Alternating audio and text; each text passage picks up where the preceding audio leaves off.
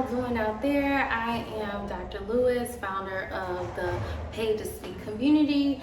I have done just over 1,000 speaking engagements. I love to speak. It gives me so much joy. And so today I want to talk to you about contracts.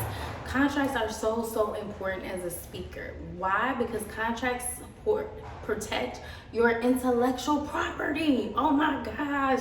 So often you may do a presentation and I see other people taking snapshots of people's presentations. I've even heard some of my clients before they start working with me would say that they would see other people using their stuff and pairing it off as their own. And so you want to have contracts in place so that it just protects your intellectual property as a speaker. The other thing you want to have in place within your contract, which all of the students in the Paid to Speak community receive this, is my sample contract.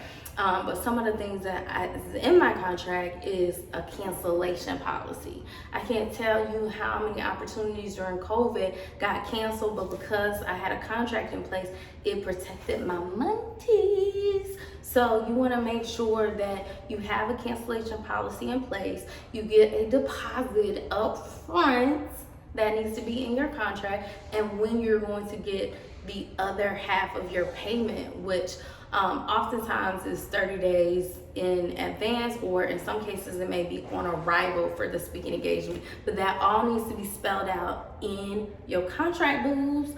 Put it in your contract, okay? You want to have in your contract covering your food, covering your flight, covering your ground transportation. These things start to add up. You see, I have been speaking for a very long time, and I have gotten burned in the past because I didn't take into account my travel as a speaker, and then I would fly places, and then I would just it would eat up my speaker fee. So I might get $3,000 to speak, but then what if it costs you $1,500 to get to that engagement?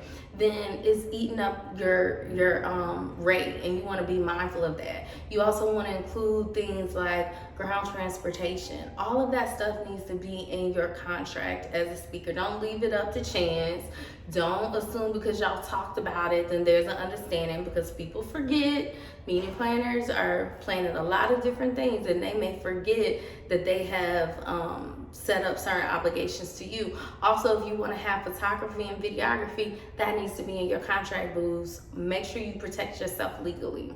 All right, if you want to get more support on how you can grow a profitable speaking business, then I invite you to check out the Paid to Speak membership. That's where you will have the opportunity to get guidance, to get mentorship as a CEO. You're not going to be the same place you are today a year from now when you hire a coach. Invest in yourself, invest in your business, invest at the level that you expect to get a return at.